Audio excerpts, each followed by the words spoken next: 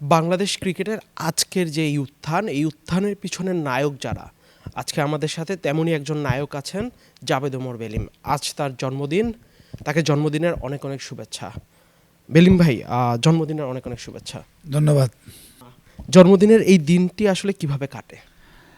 আসলে আমি বরাবরই সবসময় বলি যে জন্মদিনটা আমি অত ইম্পর্টেন্ট দিই না, বাট সামহাও কেমনে কেমনে জন্মদিন হয়ে যায়।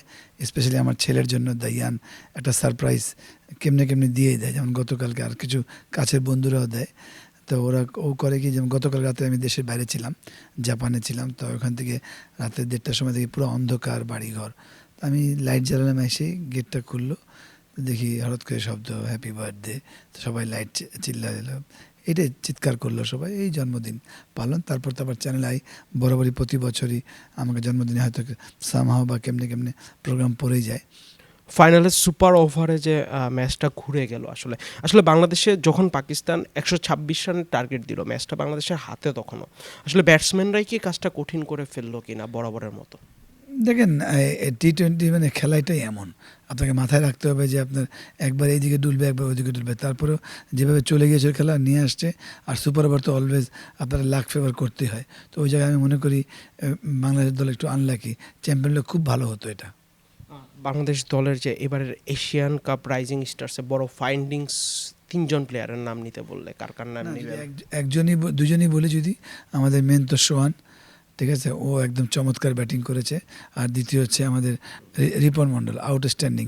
যদি এরকম কন্টিনিউ করতে পারে, ওরা একটা প্রসেসের মাধ্যমে আছে, স্পেশালি রিপন মণ্ডল।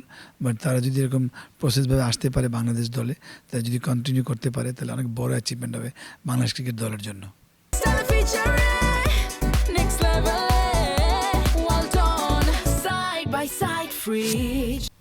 একটু কথা বলতে চাই, মুশফিকুর রহিমের 100তম টেস্ট গেল। একই টেস্টে তাইজুল ইসলাম বাংলাদেশের প্রথম বাংলাদেশি বলার হিসেবে 250 উইকেট নিয়েছেন।